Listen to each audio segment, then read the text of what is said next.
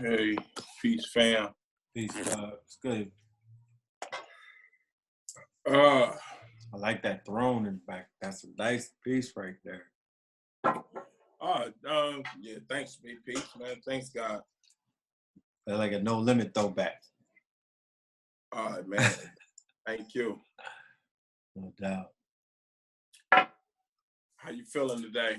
I mean, I'm good, you know, running around and whatnot, handling this business and shit. I got a wake to go to tomorrow, so I'm just mentally, you know, preparing myself. Somebody I was close with. Yeah. Yeah, man. Like I said, we will touch on this Teamster issue and that the Irishman breakdown. Facts. Yeah, let's get into that. Yeah, man. Like you seen the Irishman. What was your take on it? As you know, the thing that Scorsese does, Martin Scorsese, the director, like with the movie Casino, he opened up the world to the Vegas origin story, you know. And with the Irishman, he basically did a good job of introducing us to the connection between the mob and the unions, you know, which is something that even as a youth, you always heard about this Jimmy Hoffa thing. Where's Jimmy Hoffa? But they didn't get into depth about, you know, what the mafia, the role that the mafia played with the Teamsters unions and things of that nature. You know, they don't get into that. When you hear about the dilapidation of Detroit and all of these urban cities and whatnot that people try to turn their nose up to, you know, it's not emphasized enough how much the unions played a part in gutting these manufacturing towns.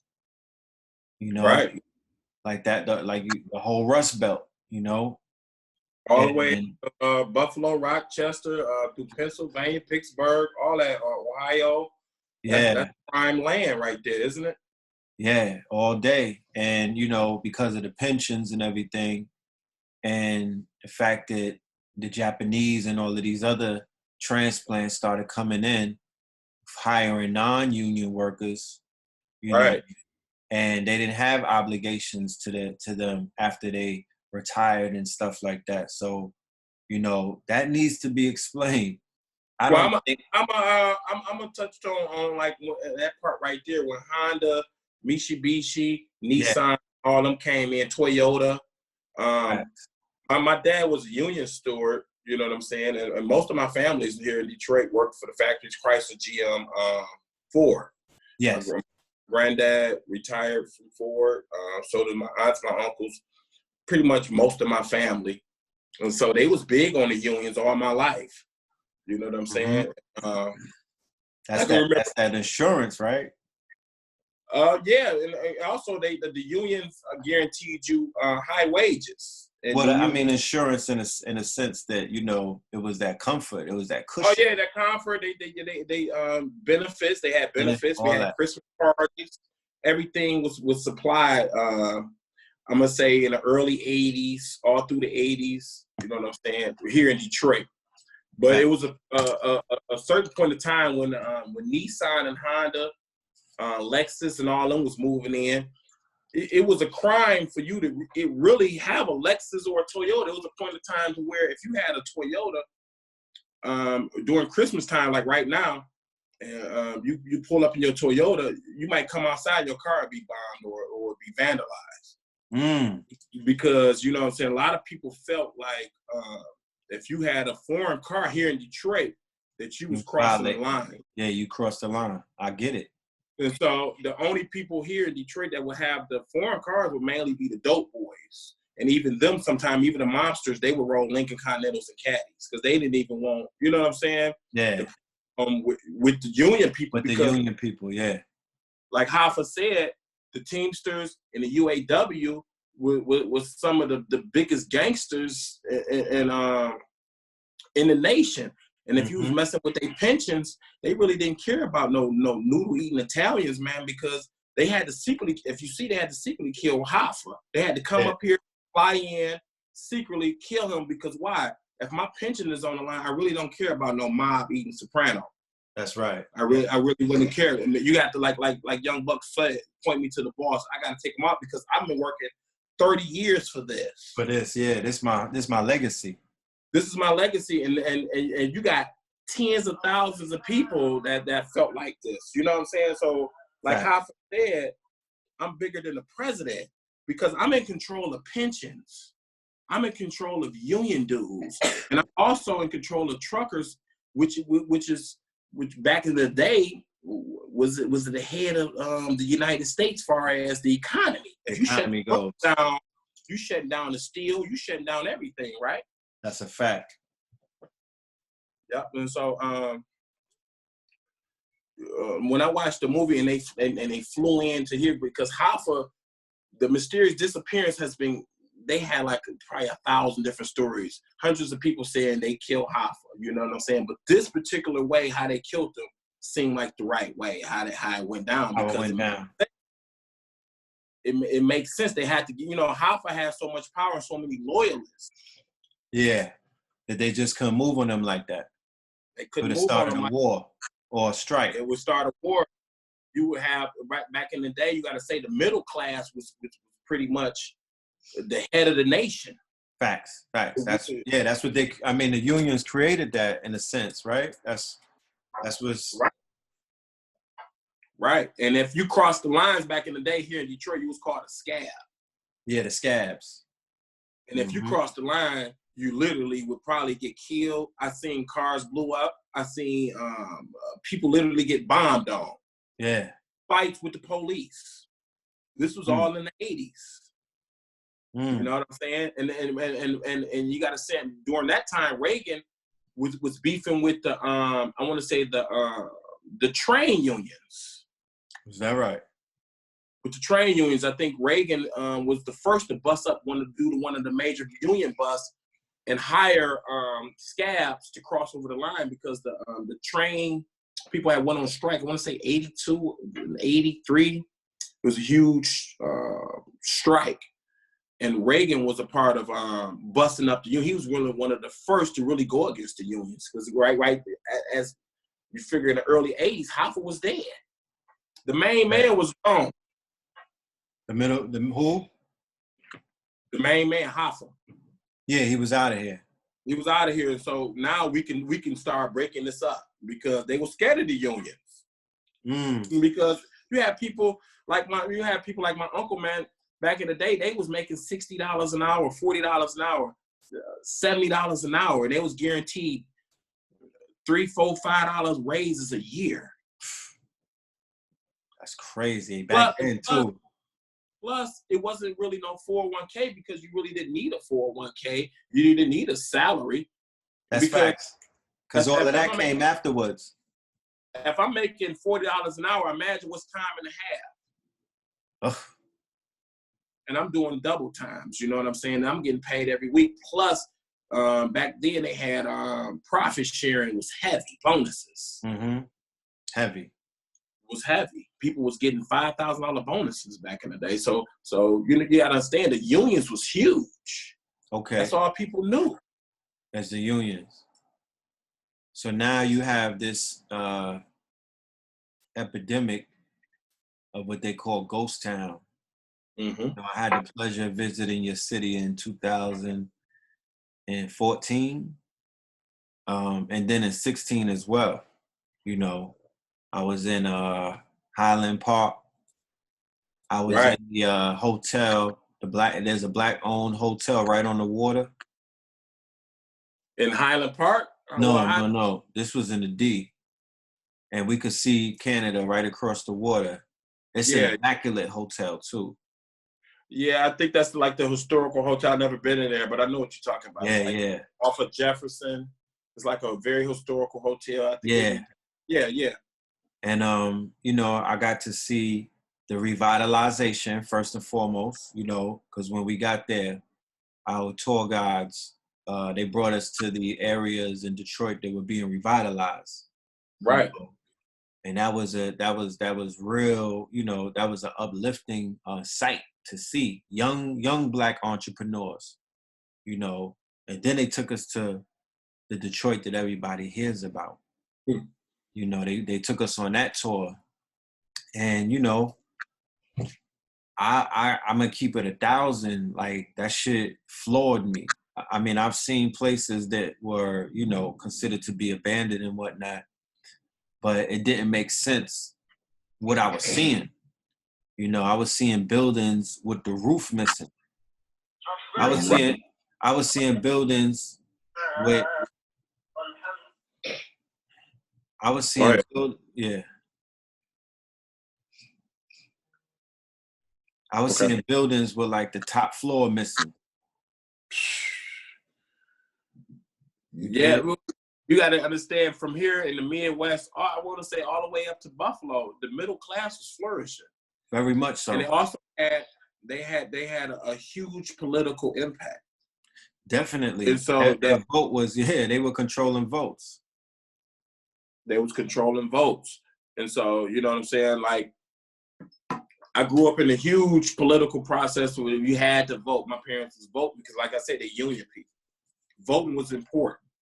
Yes. And so,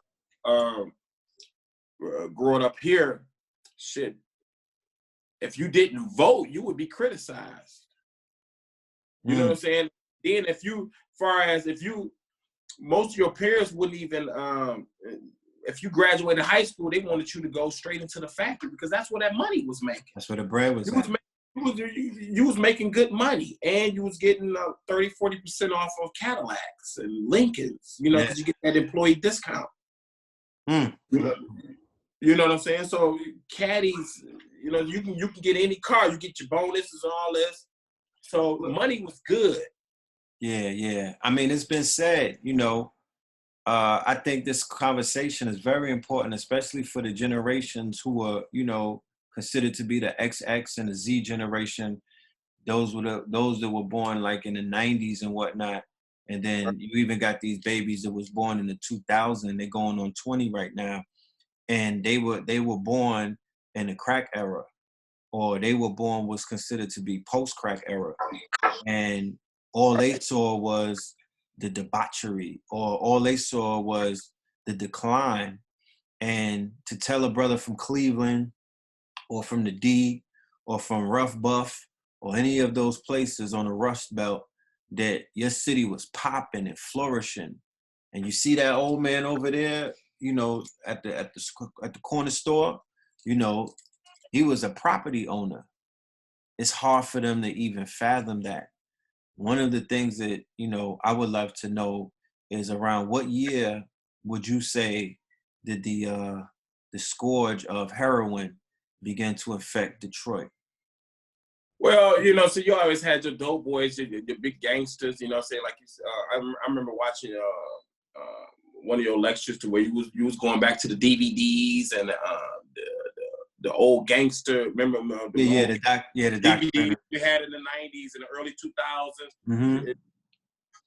And so back in the 70s, you had a lot of factory workers here, so it was a lot of money, and a lot of believe it, a lot of the dealers came out of the factories. I can understand it. You know what I'm saying? You know what I'm saying? Back in the day, they would do something like a loan. You know what I'm saying? Because everybody getting paid every week. You know, right. I get a pack, and you know what I'm saying? You look out for me on Friday. Yeah.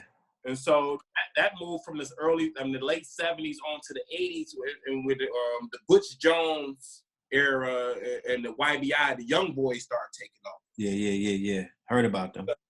Right now, Hoffa's dead, so right now they're in turmoil. Factories is closing. You know what I'm saying? Right now, the factories is doing what they want to do. They trying to take back control. That's right. You know? And they want to usher in the 401k, the salaries, the slavery back. That's what Hoffa didn't want. That's right. So now the man is dead, and all the mobsters, you know what I'm saying, they all indicted. In comes the early 80s, the crack era. And so the crack era comes in, and the factories is closing, and it brings to Detroit into like a turmoil. And so a lot of depression. A lot of depression. This was the first depression, the real depression, probably because you looking at not just Detroit on the back through the Rust Belt. The whole Rust Belt, yeah, that whole line. Right. And where quality of life begins to change, money is drying up. And you remember Hudson's and all that. Hudson's. I don't know if you remember Hudson's. That was a part of Macy's and all that. You know. Yeah, I remember them. And along the Rust Belt, a lot of these people would go shopping. That was like the main economy. You know what I'm saying? And so if they go broke, a lot of these companies was going broke. They folding, yeah. They folding, and during the early 80s, mid 80s, crack coming in, and so the kids start taking over. And it's just total turmoil in Detroit right now. It's about 85. Yeah. You know what I'm saying? And I want to say, when was Bill Clinton elected? In the early 90s? 93, 92, I believe. Yeah, so he's 90. After all the turmoil in the New Jack City, because New Jack City was really based on Detroit and the Chamberlain brothers. Facts. The Chamberlain brothers. They made it a New York thing to make it a more bigger movie, a broader movie that attract a better audience. But it really came from here, which was the Carters was a apartment. I want to say, what was it, out east or the west? My uncles used to tell me about it. They had dimes the size of 20s and 30s. Yeah, and these was kids. You know what I'm saying? Basically, or young teenagers. Facts. You know, and they was taking over at this point. Call them man-childs. Yeah, you had the YBI, you had the Chamberlain brothers, so they taking over, and the factory workers, which was getting money too, they saying these kids getting way more money than they was making. They making $40, $50, $60 an hour. Facts. And so let's fast forward into the 90s, and when Bill Clinton was elected, he got elected just off the Detroit epidemic of what we was going through by mentioning the Chamberlain brothers. That right there scared the whole U.S. Like, you know what I'm saying? These kids could come from down south, hook up with some Detroiters, and look at these boys got 24 karat gold faucets. Yeah. Well, you know what I'm saying? Similar thing happening with Bush Sr. With Fat Cat and Pappy Mason when they murked the police officer Edward Burns. And then Bush Sr., he was getting his ass kicked by Michael Dukakis. So he utilized Willie Horton, because Willie Horton came home on furlough and caught a body. And then he was walking around with the police's badge. So he started rising. At the minute he got on that, and he was promising, we're going to be tough on crimes. Translation, we're going to solve the domestic nigga problem. You know what I mean? They always have to say it in a subtle way and strike the fear, because the fears of white America is a nigga with some money who don't play by the rules. That's what they're afraid of. And the same talk that Clinton was talking is the same talk that Trump is talking with the Mexican cartels. With the Mexican, he invoked them. It's updated. That's facts. He invoked the MS-13. He just went to that bag, and it's out of a playbook. They look for one of the most heinous groups that are out there, or gangs, around election time, and then they go in with the scare tactics. So you got that going on. So in comes with the whole union and everything, and the whole truckers and the steel workers, factory workers, all in turmoil. In comes 401k and salaries in the late 90s. You know what I'm saying? Something that Hoffa didn't want was like a slave type work. Yeah. In comes this right now, the late 90s to the early 2000s. They handed people out salaries, because that's what you always wanted. Salaries really was a white collar thing, right? Facts. It was a blue collar thing. And so they handed you salaries, 401k. You really didn't need 401k because you're making $50, $60 an hour plus bonuses, which you need 401k for. And so they give you all this only to bring the economy back down in 2008 in Detroit. With the crash. So they wiped out all of the 401ks and everything. Wiped out all the 401ks. The unions was in turmoil, urges in the workforce states. You know, workforce that get rid of the unions, we'll look out for you. Fact. Because the workers is important. But really, the workforce states means the business can do whatever. And that's where we at now. Michigan is one of the last strongholds, has become a workforce state. So therefore, corporations can come in here and they don't have to give you no bonuses. They really don't have to give you now they're not obligated to give you benefits. Damn. So back in the day, they was required to give you dental, vision, medical. Mm-hmm. The kids had medical. You know what I'm saying? Me as being a factory worker kid, I grew up with medical all the way to college. I took my medical all the way to Ohio. You know what I'm saying? Full coverage. Nowadays, full coverage, shit, who got full coverage nowadays? You got to be CEO. You got the Barack Obama plan. You go to a spot, they be like, yo, we could fix one tooth, but we only covering one tooth under the Obama. We only cover one tooth a year. Cover one tooth a year, fam. You gotta pace your jibs out. You gotta pace that shit out. That's it. And you better not get sick because we only cover for colds and flu. That's it. We don't do surgeries. So imagine if my dad grew up and, you know what I'm saying, he got everything, and then you fast forward to us. Like we live in like prehistoric. That's right. We went backwards. Like what the fuck? Like where's our benefits? Get it how you live. Yeah. That's crazy. And so that's when I see the Irishman and the breakdown of that, I said they had to kill my man because he was too powerful and it was too much on the line. And the mafia even got fooled. The mafia even got fooled by the corporations. They got tricked. They got tricked because that was the plan. We have to get rid of the middle class. Remember, we got to get rid of the middle class. We got to keep rich and poor. Hell with the middle class. And from, like I said, Detroit on down, all the way through the Rust Belt, people was grossing. They was living good. They was living real good. They was living real good. I travel a lot on doing these lectures and whatnot. Right. So I'm in Baltimore. I'm in Kentucky. Where else am I at? I'm in California. I'm in LA, Crenshaw, and all of that. Everybody, all of these places where they tell us is wild, dangerous, and look out and watch out. These people is homeowners.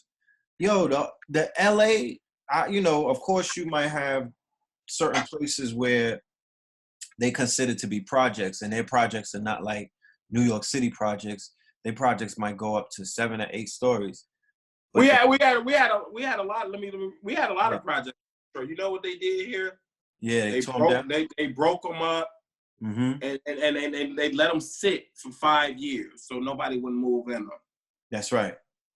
You know what I'm saying? When the Super Bowl came here in 2008, they moved bums to Las Vegas and Florida. Are you serious?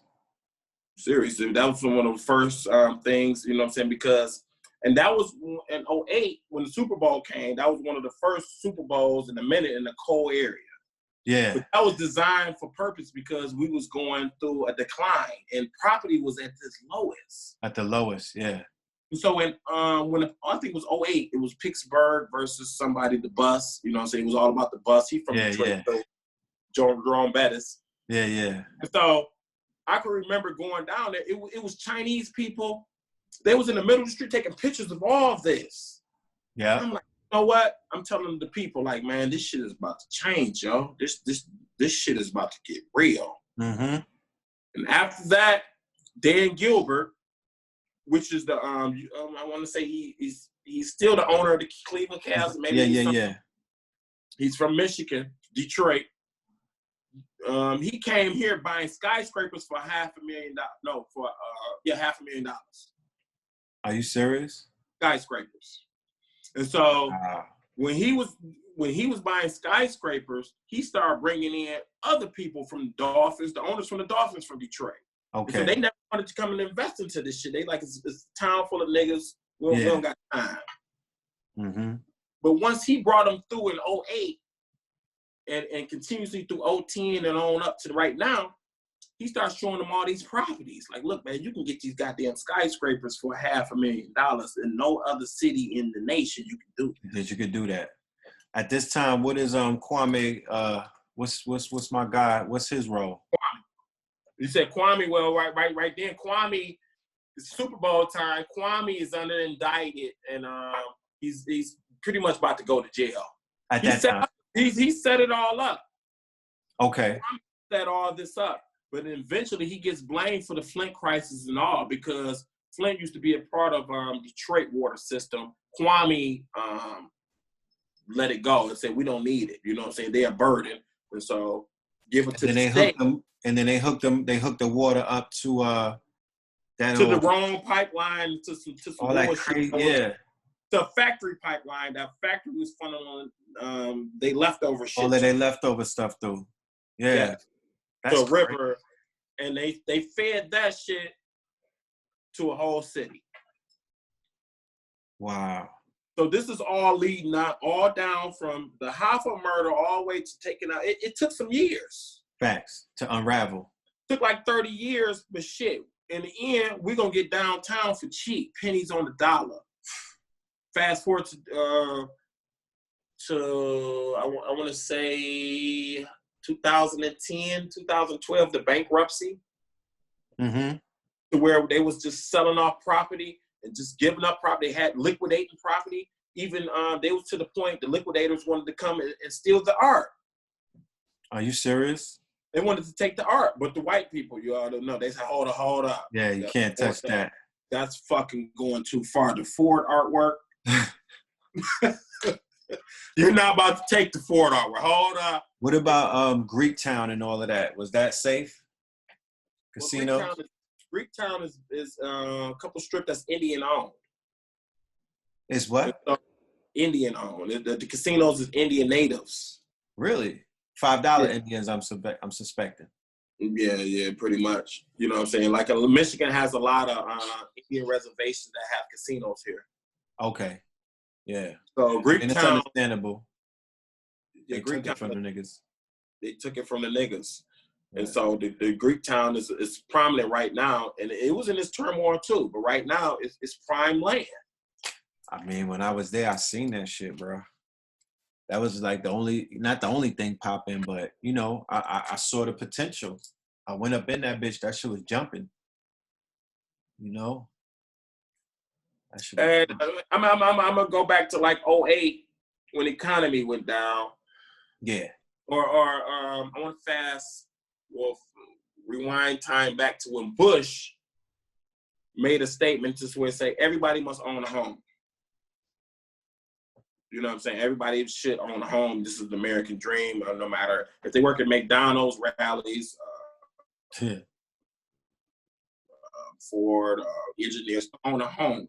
Mm-hmm. But what he really did was really usher in the subprime, the bankers, the subprime shit, right?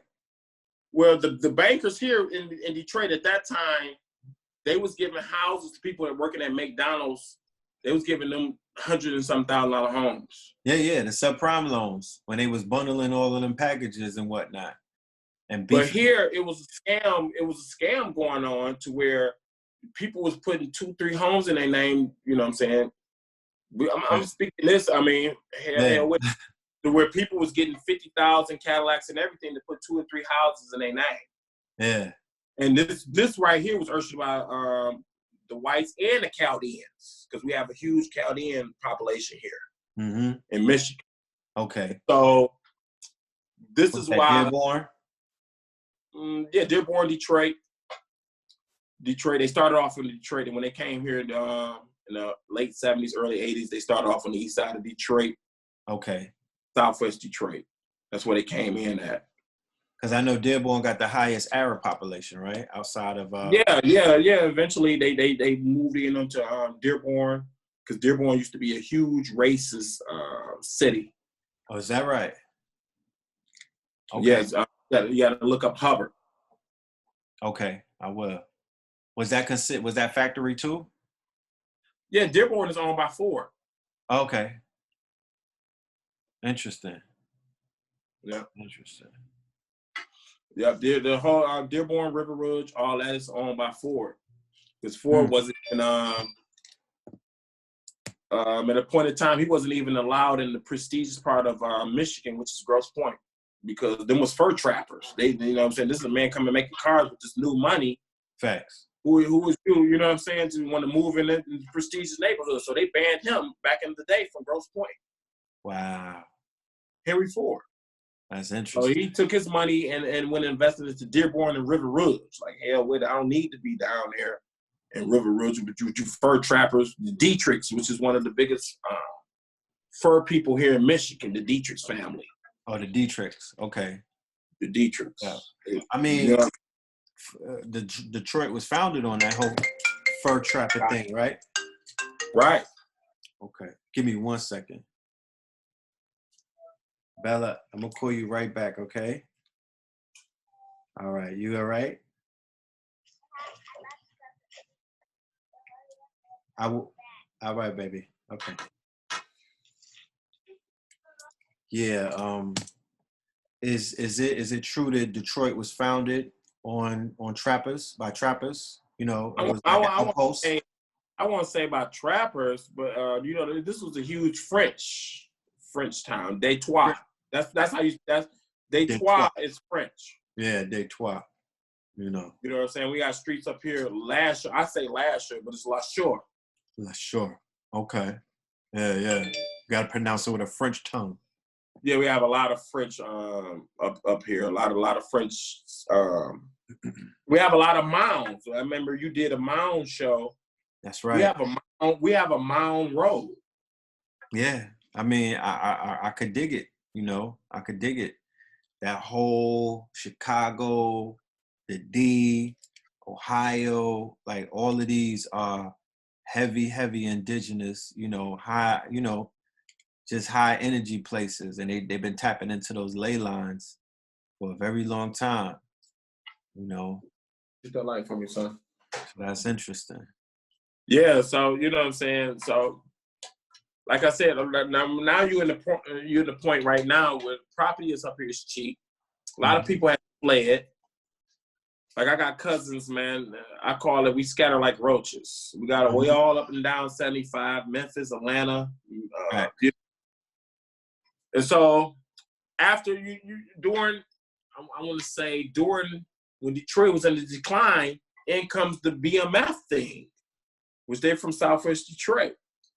Mm-hmm. You know what I'm saying? And this is the point of the time where Detroit is now looking like we need to get up out of here. We need to spread out because shit, the neighborhoods is going down, property is going down, and everybody goddamn is if they not working, they hustling. When would you say that the flight began to really take place? When did the flight really begin to take place? I want to say in 04, 05. Okay. Where everybody, the rest of them, the majority of the people is like, you know what, we out. Like I got cousins everywhere in Arizona, California, Atlanta. Well, you know what I'm saying? The BMF thing was at its heights. And what was that? That's 03, 04, 05. That's when they started going up and down 75 and making Atlanta they hub. That's right. That's when Atlanta got turned out. So like Atlanta, right? You know what I'm saying? That's when the money started making it rain, you know? Yeah. I was there for that. I witnessed that. You know, I saw that firsthand. And so, you know, and people was leaving Detroit because property was pennies on the dollar. It was being cheap. Mm-hmm. You know what I'm saying? Property, it wasn't even worth it. You couldn't even really make money like that off the property. And that was the plan. Yeah. That was the plan to get people out of their property, you know what I'm saying? And then shoot it back up. Take it over. Gentrification. Really, the gentrification started. I want to start happening in the Rust Belt. Mm. You know what I'm saying? Pittsburgh, you had Buffalo, Cleveland. All these cities is being rebuilt.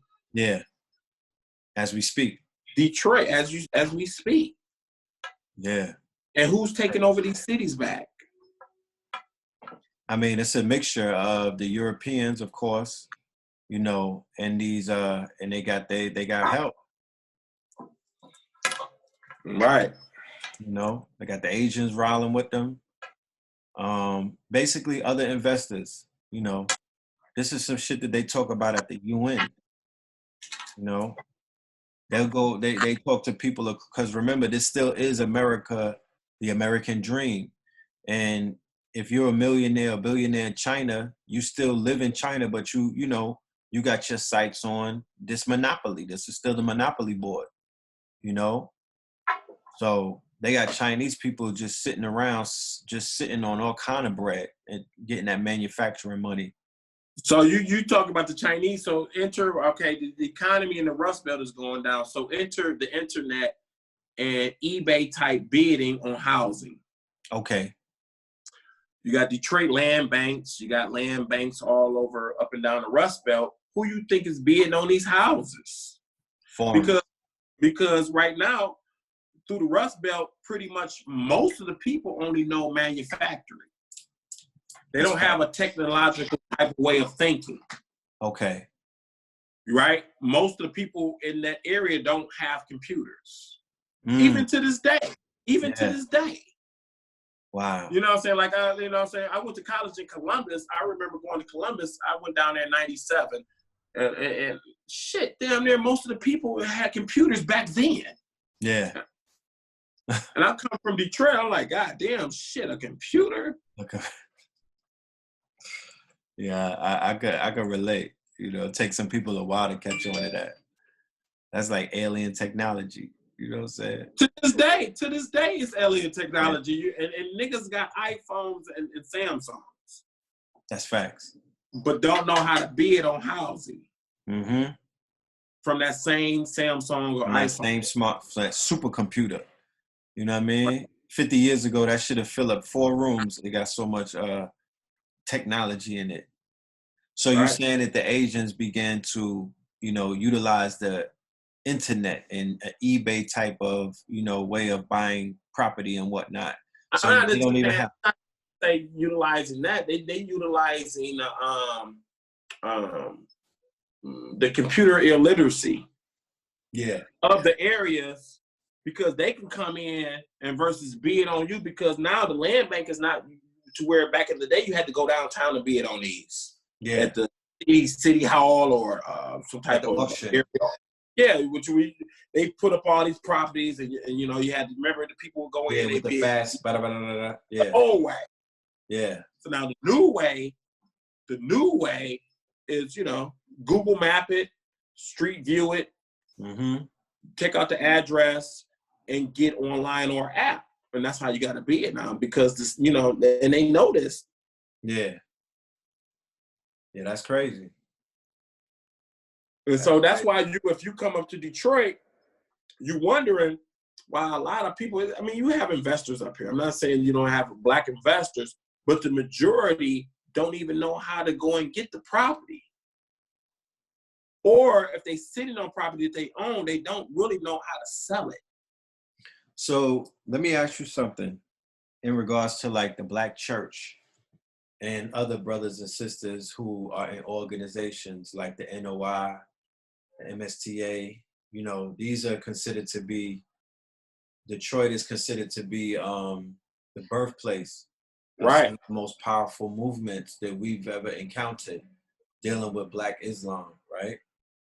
Yeah, we got Islam here on every corner, man, selling fruit. And then NOI, all that. As a kid, man, I was always looked at the NOI, man. They always been, I stayed near 7 Mile. Okay. And, you know what I'm saying, and Finkel. I think that's was one of where Malcolm X and Elijah Muhammad came about. Yeah. So with the influence, or rather intellect, that these brothers have in these organizations, Do you mean to tell me that there wasn't a prolonged campaign to teach the brothers and sisters who were clearly suffering from lack of knowledge on how to do this thing, and or even in the black church, there was nobody was picking up that mantle?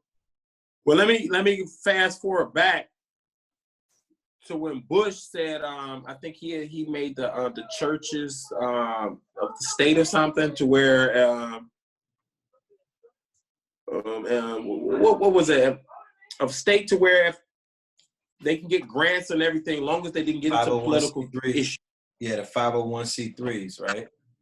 But they had to keep their nose clean from that.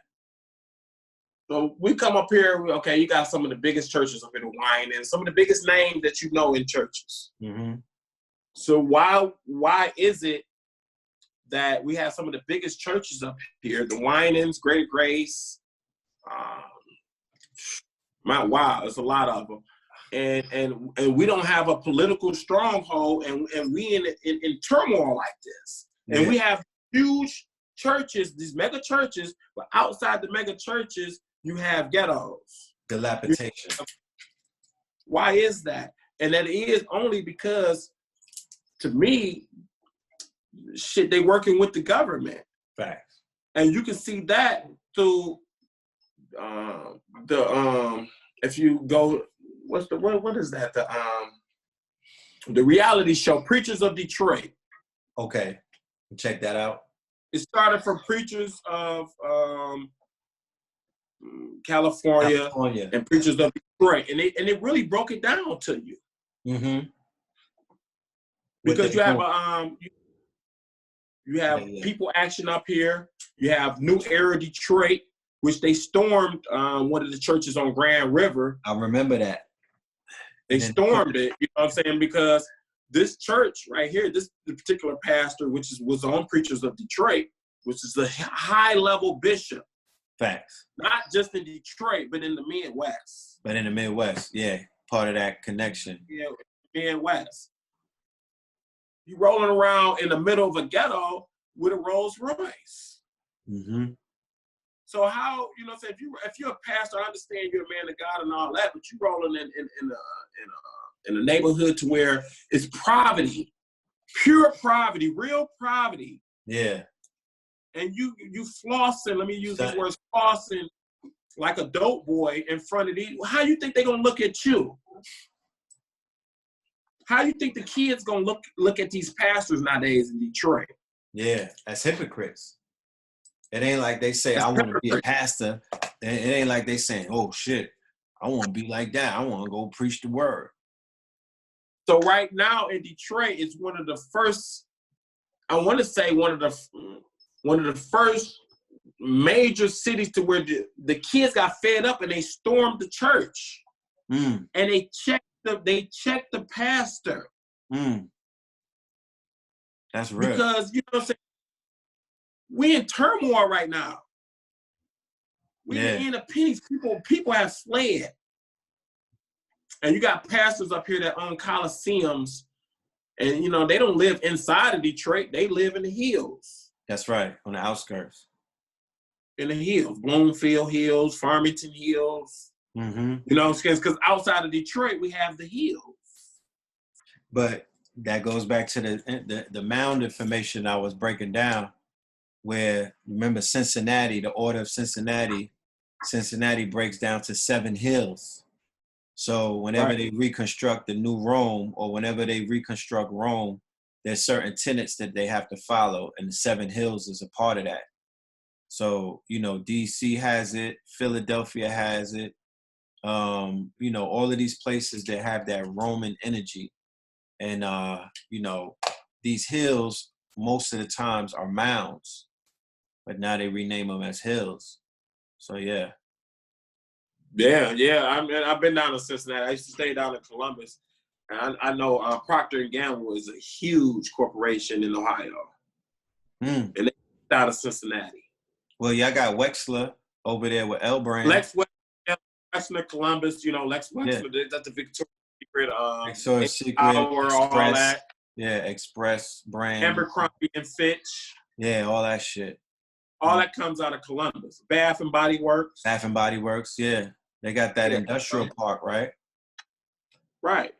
Mm-hmm. You know what I'm saying? That's why they call, you know what I'm saying? I never learned that Ohio, when I was staying in Columbus, from Columbus to Dayton, is the beating heart. Mm-hmm. And you know what I'm saying? And in Dayton, they have an Air Force down there, base that you can't even get in, that the people down there is secret. Really? The town said UFO landed and the Army never left. That's what the town said. It was in Dayton, Ohio. And I wish some people in Dayton, you know. Wow.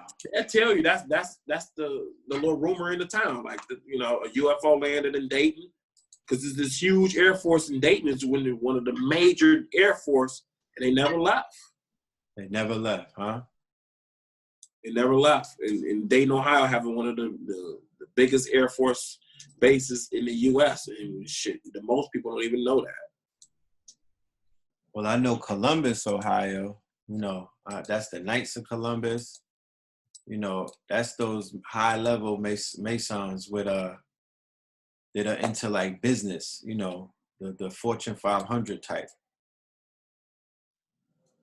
Right. Because, you know, you have I've been to some parties. They have halls down there. Knights of Columbus. Oh yeah. You just, you know. What is open? You know, it's part of, it's open to everybody or something? Yeah, it's open. I mean, it used to be. Okay. I guess you can rent it out like a hall, you know what I'm saying? Because up here in Michigan, they got certain Masonic halls. Yeah, you can just rent it out. Have a goddamn cabaret in that mug. No, you know? I dig it. That's very, very interesting. Yeah, it's wild, man. So solution-wise, you know, knowing that everything is going down like that, you know, like I said, when I made that visit the last time to the D, you know, I encountered some beautiful entrepreneurs. I went to the bead, you know, the brother who has the bead museum. Right. I checked that out. You know, I was in an area where a few sisters had. One sister had like a boutique. Next door to that, there was a health food, like a vegan store. What would you say would be some solutions that brothers such as myself or any investors who are, you know, wanting to come in and revitalize and tap into, you know, this Black Mecca and bring, you know, some kind of bring a work, you know, bring jobs, bring information, you know, like you were saying, how the brothers who don't know how to sell, they don't know about how to sell their property. They're not familiar with the moves to make. So what's some of the solutions that we can implement? Well, I'm not gonna say everybody don't know, because you have a lot of entrepreneurs that's up here that's making money, but that's just the short end of the stick of them. You know what I'm saying? To gain control of the opportunities up here, you have to look at the land. Okay. And right now they have lots. They have housing. They have the Detroit Land Bank. You can go on. It's like eBay, just like eBay. Okay. It's all the way down to the last minute. You can win a house. To the last second. It's a countdown. And not just that, with the regentrification of Detroit, you have a lot of the suburbs like Jackson, Michigan, that's available in real estate. Look on Jackson, Michigan right now on Zillow.com. They got houses right now already done. They're going for 30, they're going for 20, 15,000. And they got some cheaper than that already ready by the lake, because you got a lot of these suburbs that's, you know, the people are dying off. Yeah, and then the young ones is emptying out. Back to the city of Detroit. They coming back to the city of Detroit. They want to populate this. And you got these empty suburbs. That's the same thing we got in New York. They done abandoned Pleasantville to try to come and mix in with us, you know? And then brothers and sisters are breaking their necks trying to keep up with this ransom that they got us paying. Whereas, you know, we could actually relocate and create an outpost and grow our own food, and just be around some clean air and stuff like that. But right. we need to be, I think collectively there needs to be a push by the influencers, both in our culture, whether it be the hip hop culture or whatever, to really make, to show, even if we have to create film, to just implant or just give people a vision of building their own small towns, giving them the permission to do that. Like we had a place in 2019 as Black people where they beat us down so bad with the psychology warfare that our people is waiting for permission.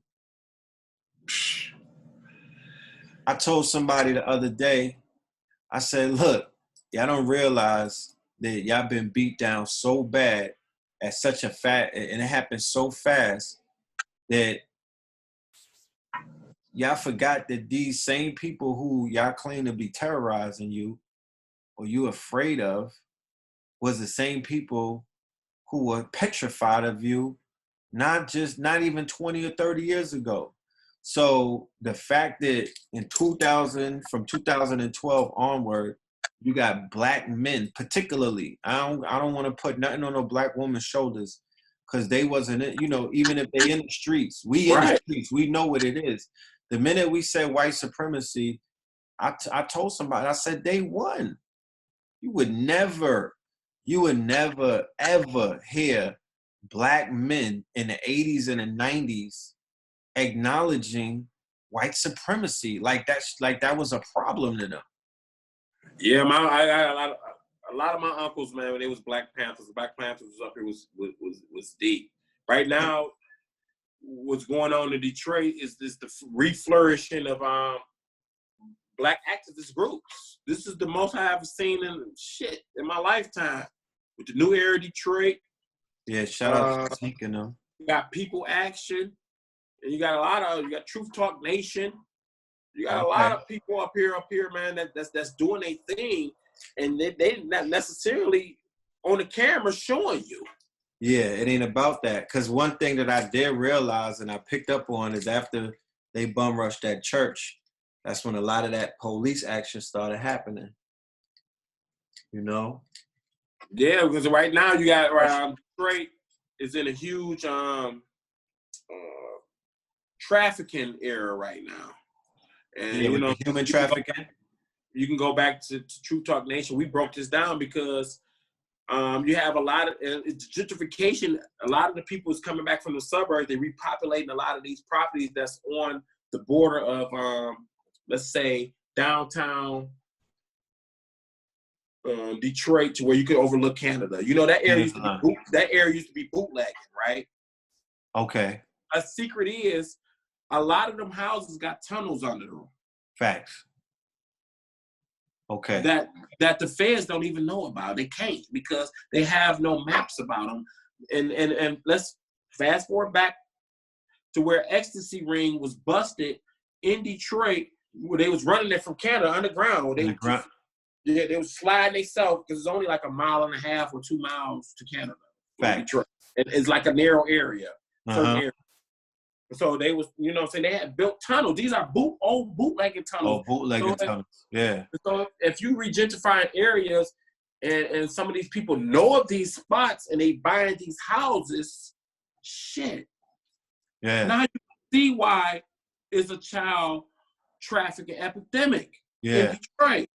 Yeah. Because we have the auto show was busted with being one of the biggest prostitution rings up here, the North American Auto Show. What you mean? To where, when you up here, the North American Auto Show is up here, you got all the execs in. So what they want when they fly into... they want some chocolate. Coke, heroin, pills, and what? And pussy. And pussy, yeah. That's facts. The same thing like at the National Republican Convention. Them niggas said they on Backspace that the gay shit shot up 360%. all because or when the Republicans come in town, they want some bussy. You know what I'm talking about? So Right. they was like the orders on these male escort sites. The shit went through the roof. You feel me? Because whenever they congregate, that's what I'm saying. And I be telling people, y'all all running around acting like the gentrification shit is a come up. And I see more missing persons posters. They kidnapping cats, dogs, and little girls. You feel me? I see more missing person posters in Harlem and Brooklyn than I've ever seen. So you got to remember, you got the gentrifiers that are coming from the burbs, but before the gentrifiers from the burbs came in, Army had to come in, intelligence. You'll never know who they are because they don't look like Army.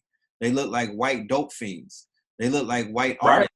They look like white LBGT and whatnot. And they hang around at the bar. They be at their little coffee spots on their computer looking out the window. A lot of them is on dope. So they know they know automatically the minute they get in the neighborhood, they connect with the dope boys. They buying powder, pills. You know what's so weird? What I said, and because we invest in the properties up here, and this is what I tell my mom. Because they don't look at it for how I look at it. And I say these most is gentrifiers. I'm gonna call them gentrifiers. Yeah. They're not here just for the property in Detroit. Facts. They're here for like The Wire. That's right. They want the dope. That's right. They wanted to, what I'm saying? And you got a lot of these dope boys that's here. They making a lot of money off these gentrifiers. They want them to keep coming in. Yo, in 2000. I wasn't even right. In 2006. You telling too much what's going on in Detroit. You telling too much, or you telling too much, but shit. Yo, in 2006, and we was in Harlem on 25th making a lot of noise about what was happening. A young dope boy, right, who used to be he used to buy a lot of stuff off of my table. He came and was like, man, y'all need to stop bothering them people and leave them alone. I'm like, what you talking about? I was like, how you don't see that as a problem? He said, man, you don't realize. He said, y'all niggas ain't in the dope game, so you don't realize what's about to happen. He was like, look, he said, already. He said the shit ain't even happened. They didn't start really coming up in these neighborhoods. And already this shit is jumping off of cocaine and pills with them. He was like, the white boys. I'll just say, he said the white boys is on some shit that you never heard of. And it ain't even hot. Like he was like, they on new shit that's not hot. So we could dibble dabble in some stuff that we don't. If we get caught with it, we don't even get time because it's not even scheduled as a drug yet. I was like, damn. I said, I said to each his own. You know what I mean? But you think you're gonna outlast this shit? You go ahead and try it. But I said they got you already. They don't even have to fire one shot. They got you. You think that they money is greener than everybody else's. So to each his own. I ain't seen that nigga in about 10 years since that. Right. When, you know what I'm saying? You got a lot of they got specials that people that used to travel before this all went through. They used to travel like 30 miles to come here and get heroin. To get they dope. That's right. So and now go back way to go way back. Where Chris where Kid Rock is from. That's right. Romeo, Michigan. That's like an hour away. Like Kid Rock claimed Detroit, but that's like an hour away, man. That's like way out in the country. Way out there in the woods. And the white boys would come way from Romeo to buy dope in Highland Park. Yeah. Up Woodward. Yeah. So the convenience is here now. So the gentrification not only brought here in Detroit, the mass gentrification and the wealth of the people coming in and buying the land, it brought wealth to certain people. Like you said, the dope boys. They like, shit, man, these boys buying Molly Percocets, shit, they buying coke, heroin, cattle mine, whatever the fuck, Yeah. They buying everything. They buying stuff we ain't never heard of. Hell, nigga they might chop up some other stuff and send it. They doing all type of stuff here. I'm not, I'm just. I already know. They love the gentrifiers. No, they do. I could attest to that. I could testify to that. Bushwick, Brooklyn, Williamsburg. They in Flatbush. They in Brownsville. They in East New York. They in Bed-Stuy. And you see, they don't get nobody bothers them. They're non-threatening. And I was. And what's bothering me right now? Because back in the day, you know what I'm saying, I grew up in a racist Detroit. When in racist Detroit, because I'm gonna say Detroit is one of the most segregated places in the country. Yeah. That's facts. I grew up. We used to chase white people out of the city. We did. You know what I'm saying? You can look up events far as the fireworks, all that. We used to go against bikers. I know. You know what I'm saying? I grew up like this. So when I went to Ohio, I never seen racism until I went to Ohio. Really? Yeah. I'm gonna say major racism. Major racism, yeah. You know what I'm saying? We got racism where you would go out in Livonia, you go out to the metro area of Detroit to where you have a problem. You know what I'm saying? But you already expect that. But I'm talking about real racism. Yeah. And also you stay down in Tuscaloosa, Alabama, and Georgia, because I got, my people's families from down there. So, you know what I'm saying? Here, and it's still racism to this day. We're here, the football team just had a problem. Denby High School. They dumped garbage on them. I saw that. They were spitting on them because, you know what I'm saying, here, we got to go to the playoffs. Where do you think we got to go in the playoffs when we beat the Detroit team? Yeah, to the little suburb, to the Hicks, to the Woods. And here you got majority white people. They control the sheriffs, so they can spit on you and tell the sheriffs. And the Detroit kids gonna get mad and try to jump. Of course, if somebody's spitting on you, you're gonna try to jump that bitch, right? And try to go get her. Like, what the fuck? You spitting and calling me nigga? Yeah. But in their eyes on the news, the way the news, we looking like animals. You know what I'm saying? Because we out in their territory playing football, and also they also have the police on their side. So the police also gonna be on their side more, but they doing the crimes. They doing the crimes. That's right. I mean, I know you're saying. I know that made national news because here you got these white people spitting on kids, telling the police, the Oakland County sheriffs, go get them. Mm-hmm. Now that's some 1960 shit. Yeah. I mean, we know ain't nothing changed, We know ain't nothing. It was just hiding for a little while because it was, like I said, it was scared. But, because of the fall, I think that the gates have fell. I think that the kingdom is being trampled upon. And, these people don't feel like, they were at the gates for a long time. And the gates, everything just crumbled. One of the things that I speak about and I encourage a lot of people, and when I bring up Detroit and when I bring up the manufacturing towns, because, I'm into apparel and whatnot. And being in apparel, I was introduced to I was always into clothes, but when I went to the Magic Show in Las Vegas, I was introduced to the business of clothing or the business of apparel. And then after that, I went to a few manufacturing spots. I went to a place in Hialeah, Florida, right outside of Miami, where this was the first time I saw a silkscreen machine. This might have been 2003. I didn't know the operations before. So that was like one of the first introductions to manufacturing and whatnot. And then later on throughout the years, I've been introduced to more powerful machines, bigger spaces, lofts to the full with multi-million-dollar machines and whatnot. And just the idea of being a producer, when I look back, when I go to Detroit, when I go to B-More, when I go to places like Jacksonville, Florida, where my brother Diallo Sekou, he got a house, and right next to his house is a humongous abandoned factory.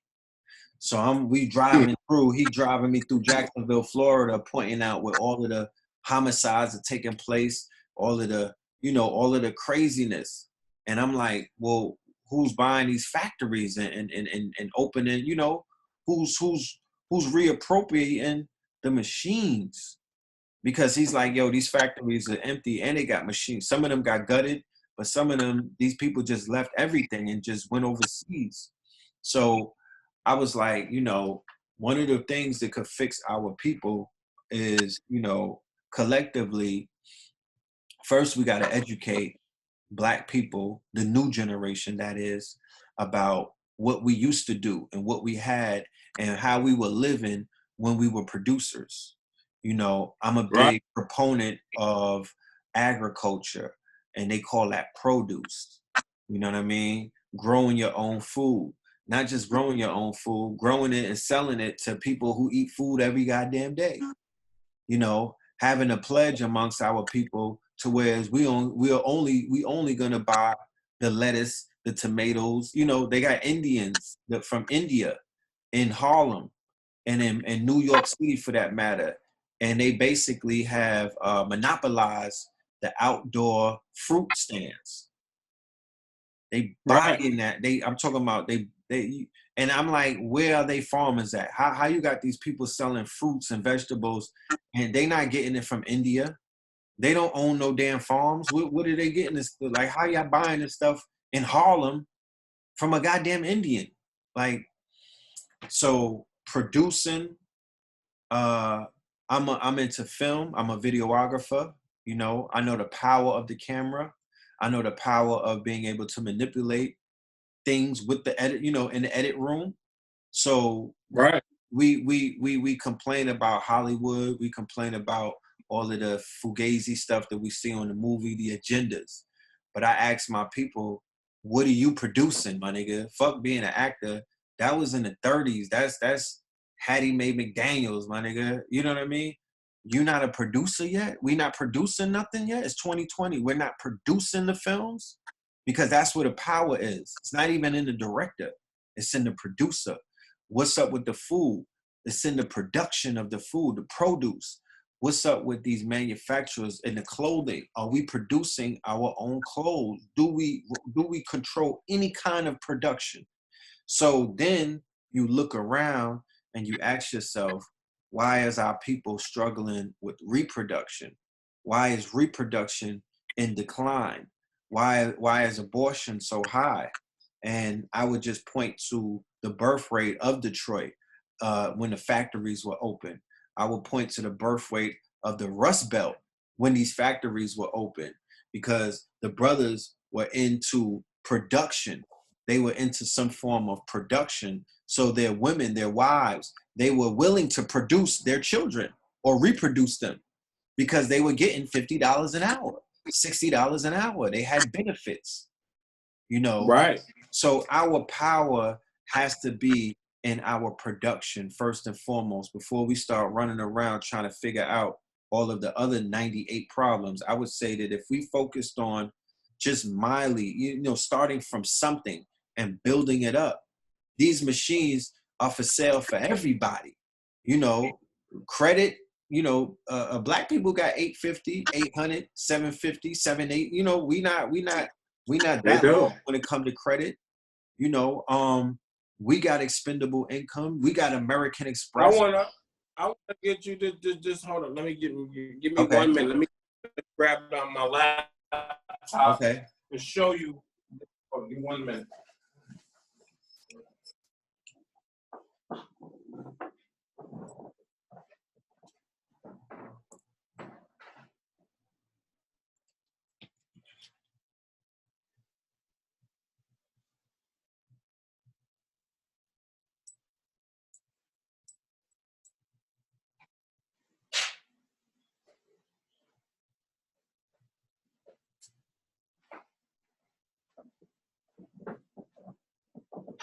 That way, I show you excuse me.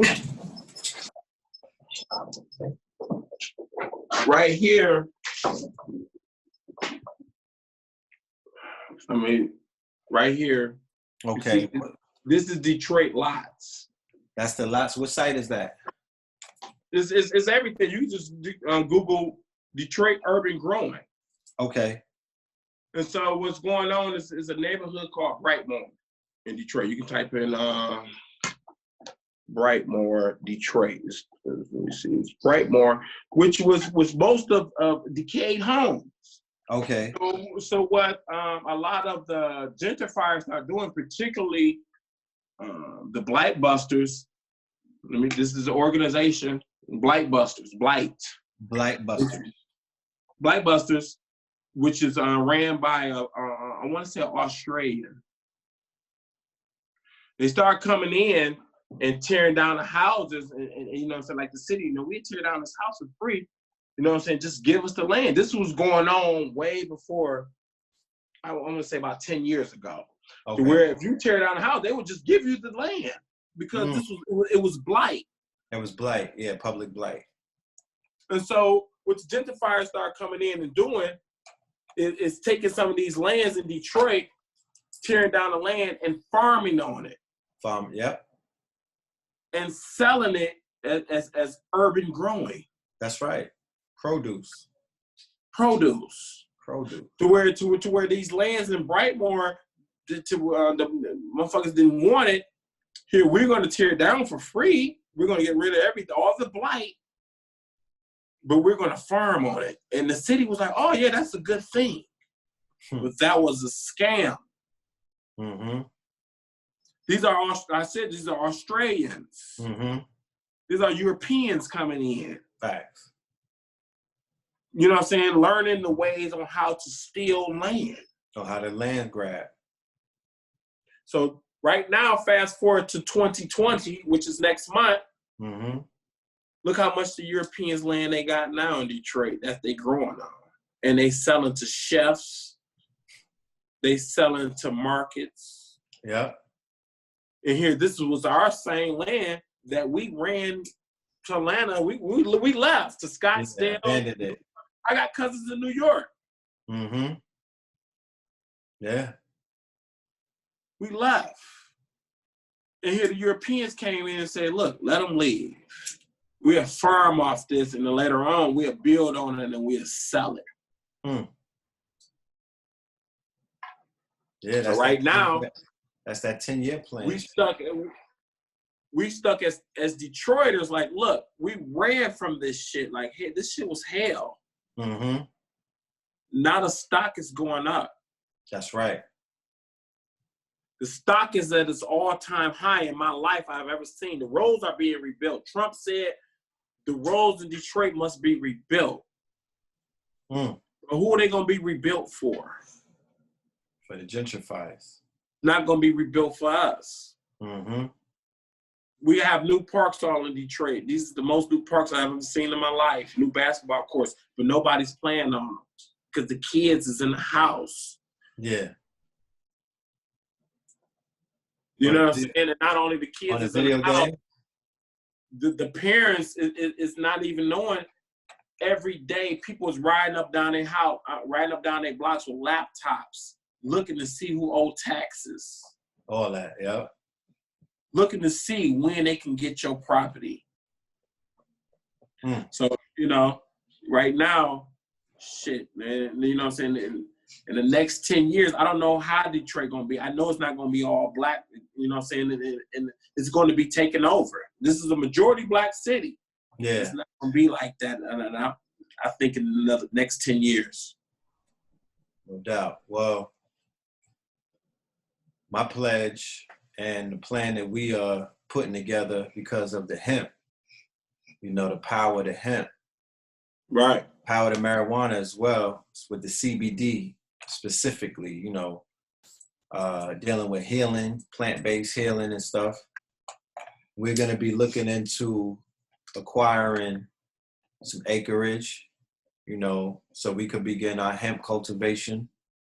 And we're going to find out about the licensing and things like that nature. I'm going to put you on. So how do the hemp work on, like if you have a few acres or something? How do it work?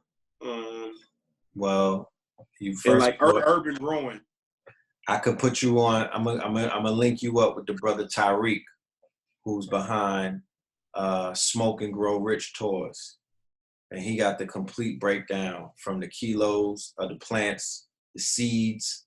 I mean, it go hard. The flowers, it goes. You know, the breakdown is crazy. Mm. and it yields 4 harvests a year. You know, and they got it. He has this plotted out to how much you could get at just 1 acre. It's crazy. The numbers are crazy. And you're talking about 100 uses for hemp. Bro, they got hemp toothpaste. I got hemp deodorant right there. They got CBD. Yeah, I used to rock hemp hats back They got home. the hemp. Yeah, hemp. They got hempcrete. They building houses with hemp. They got hemp for the clothing. Hemp paper. You know, so they got the hemp cigarette making machines. One of these celebrity dudes is invested in one of them. You know, I smoked a hemp cigarette the other day. It was mellow. You know, it didn't give me no buzz or nothing, but it was very mellow. It was a mellow feeling. That's the future. I mean, there is so much in the future. The future is humongous. And we also want to come out there and introduce the concepts of startups, incubators, accelerators, you know, just that whole tech hub type of thing. Because I believe that the gentrifiers are making moves in Detroit to build that out as a tech hub. You know. Well, let me explain. The same building that was in Transformers. It was used here, and it's the old train station. Is on Michigan Avenue. Michigan Avenue travels from here to Chicago. Okay. And so that same building that was in the Transformers has been sitting all my life. It's been abandoned. I want to say closed down in the early 80s or something. It used to be one of the biggest train stations, probably in the Midwest. It was built in 1900. So Ford bought it and made it a tech center. I mean, this mug got like 40 floors. Damn. Like that? Like an old building. Imagine like an old, huge stone building that just like, it's in Transformers. The Transformers, okay. There's a few other movies. I think it's in Batman. Red Dawn. Batman, Superman, right? I think that's the same as the train. You have to Google Detroit train station used in movie prop. You have to, and they'll tell you what movies is there. Okay. And so Ford bought the building, I want to say this year. And the guy that owned Manny Maroon, which is the guy that owned the bridge that goes over to Canada. Okay. We call him Bruce Wayne's dad. Because he built the freeway with nobody's permission. Is that right? Yeah, he hired his own contractors, hired his own construction people. They threw him in jail for one day till they found out that they found out who he really was and how much power he was. Google this, they threw him in jail for one day, him and his lawyer, and they let him out in one day. Because he owns, when Kwame got indicted, Kwame sold him all our parking lots and all our he owns all the police tow trucking companies. They tow your car. And he owns the lots. Oh, that's big money. That's so huge money. So they threw him in. That's not just huge. He owns the bridge that goes over to Canada. You know what I'm saying? So he owns the trucking and all that. And he's about to build a second bridge over there in South of Detroit. And he also is friends with the Koch brothers. Oh. It is deep. But yeah, they plugged. So like I said, this guy built his own freeway with no permission. Mm. No, none of Michigan's legislators, inspectors, nothing. He didn't use nobody from Michigan because he didn't get there. They threw him in jail because then they let him out. This is Manny Maroon. Manny Maroon? Manny Maroon. Maroon, okay. We call him like the dad of Bruce Wayne. He owns he has like properties in Southwest that's just sitting. He don't even give a damn. He pays fines on them. Even he owns most of the vacant properties in Detroit and Southwest along the river. Yeah. And he lets it sit vacant. He don't give a fuck. He's a billionaire. Yeah. He got plans for it though. Right. Yeah. So that tech hub, that talk right there, that is something that our brothers and sisters could hop on. Not only that. We see right now in Detroit, we seeing a rise of Chinese people coming in. We have a lot of Indians coming in, and it's not just for the labor. They're sending their kids in and sending them to college because the tech world is going to boom. Because, like I was always told as a kid, the machines is going to take over the factories. Automation. We was taught this in school long ago. Automation. Isn't Wayne University an engineering hub? Excuse me? Wayne University? Wayne State. Wayne State. Yeah, Wayne State. University of Detroit. University of Detroit. And as you go to these colleges now, you see huge population of Asians Indian. coming in Detroit. Indian coming in Detroit. We never had this many Asians and India coming in as kids, because first they send their kids to learn, then come the parents. That's right. As investors. As the investors. Yeah, they buy shit for the alumni. They invest in it. You know, they buy power and influence. But Detroiters ain't ready for this because right now, you know what I'm saying, like I said, we come from a manufacturing state, so they're not used to this. Yeah. And the gentrification is taking over, and people is looking like, well, damn, what's going on? I can't buy this property. Yeah, you can't buy the property because shit, you don't got digital access. You got digital access, and you got to be computer literate or computer savvy even to get on here. Like I said, they selling properties like eBay. So my question is, could we come out there and begin to teach the fam? Like, could we just do the preliminary work? Yeah, you can. Yes, it's out here, but right now, shit, we damn near. Like I've been teaching people and telling people for a minute, just myself as TruthTalkNation and talking about it. Yeah, the time is running out. Of Detroit, but right now, shit, yeah, we can come out here and teach, but it's to the point you got to have some money to even compete, because you compete with corporations now. Big dogs, yeah. You compete with the big dogs now. Yeah. To where in 2008, where you could come in here and bid on properties and know the good areas and all that, soak it up, get properties. Yeah, you can come out here and make some money, but you're going to be competing with the corporations. Yeah. Because then, like I said, I don't got to sit here and show up to Detroit to them buy this house. Just do it I'm being from this month from Singapore. Hong Kong. Yeah. And that's what we got to realize right now. It's like it's a digital technological era right now. And if we ain't computer savvy, even computer savvy, you're going to be left behind.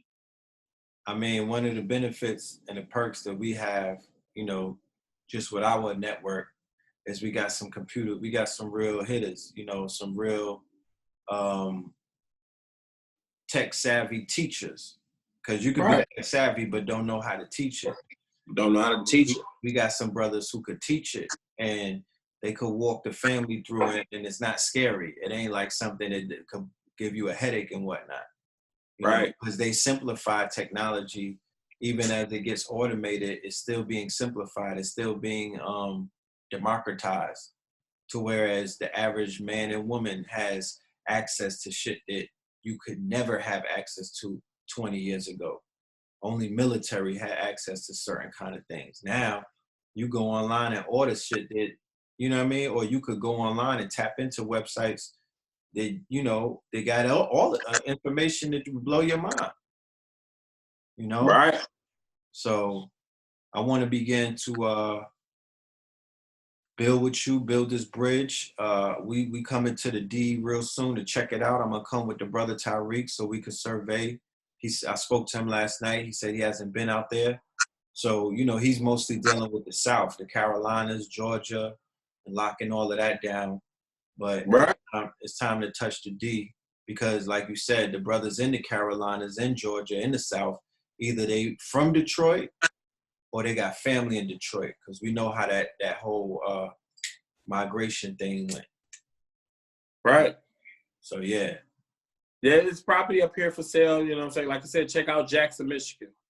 Check out St. Clair Shores, Michigan. Check out cities like Redford, Michigan. This property's sitting because the gentrifiers are coming in.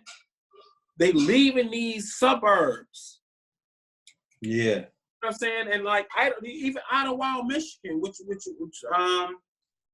the movie with Outkast did. That's Ottawa, Michigan. I never knew it was in Michigan until I started doing my research. This property up there sitting off of lakes. Yeah. Off of lakes. You know what I'm saying? And people's trying to bring it back, but you know, it's open season for the suburbs right now. We don't just have to just worry about the cities right now. Yeah, okay. You know what I'm saying? Like you said, it's open for everybody all across the border. The border right now. The suburbs right now, man, it's just sitting. It's booming. We concerned about the cities. Yeah. So I think we need to get out of the cities and concern with just owning land. Yes. Get a mass grab of land. And then we also have, we got some investment groups, right? Mm-hmm. And we also have some MLM groups. Because if we're going to talk about, you know, collectively coming in and grabbing some shit, and before we collectively come in and grab some shit, we should collectively come together and utilize. It's a whole lot of programs out here where the power is just in the people. You know what I mean? 20 or 30 or 40 of us, we move some money around amongst each other, and everybody gets strong. Everybody's legs get stronger in about 6 months. You know, the way these MLMs are set up. And, you know, when you say MLM, people get scared and say pyramid scheme. And I say, no, my guy. Your job is a pyramid scheme. The way that it's set up, the person on top will always be on top, and nobody can pass them. That's the pyramid. The MLM is not a pyramid. You know what I mean? The MLM is a formula. So if you know how these formulas work and you work it, you're gonna. I got, man, brother sent me some receipts. You know what I mean? He sent me some receipts, and not just him, but a whole bunch of melanated people who making $100,000 a month. You know what I mean? 50, 60, 70,000 a month. And they ain't doing nothing but getting people to sign up to certain things. You know, flat tummy tea and all of that, stuff like that. Killing them. Fashion over and whatnot. You know, there's people out here that's really using this internet to break banks. So we want to bring that information to the brothers and sisters. And then, you know, in about 6 months, by the time the seasons change, summertime, be able to really go and make some moves, some preliminary moves, and then take it from there. Yeah. Like it's there's opportunities out there. You know what I'm saying? There's several opportunities. I think me and you was building on that cryptocurrency with the backed in gold, and I know a company, PAX. You can check that out in the stock symbol. PAX, I think, is one of the first gold companies to introduce the gold crypto. And I think you said there's another Carrot bars. Yeah. And so 2020, the year of the vision, we need to start investing into technology. We have to start investing into technology. Without technology.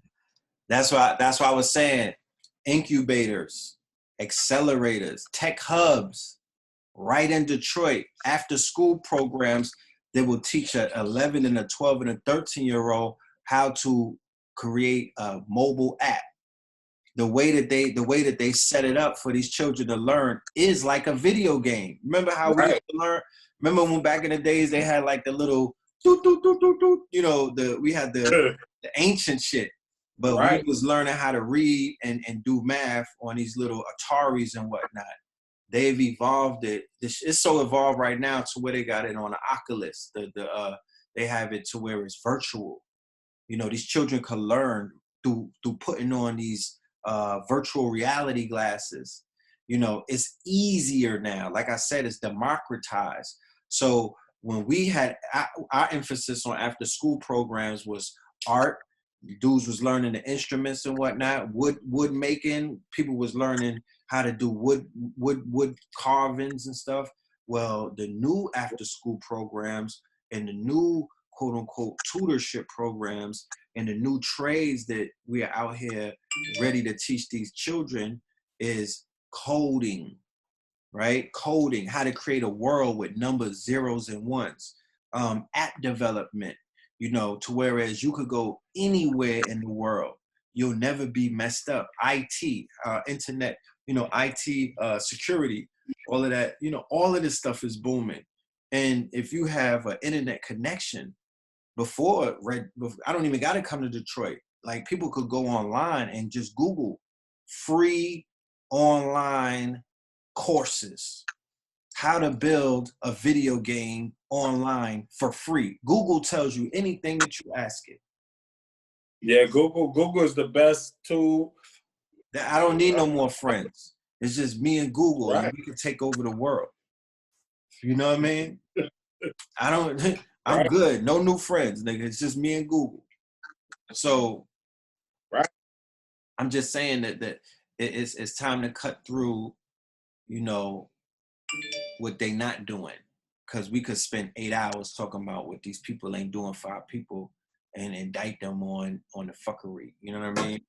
But that's a waste of time. It's just time. I think it's time to really just invest and show the people, everybody from the show me state these days. So it's time to show and prove, you know, and take it from there. I want brothers to invest and really take these land banks.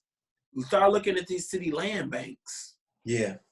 Don't just let the foreigners come through and get all the good pickings of everything that's in the United States. The United States is for sale.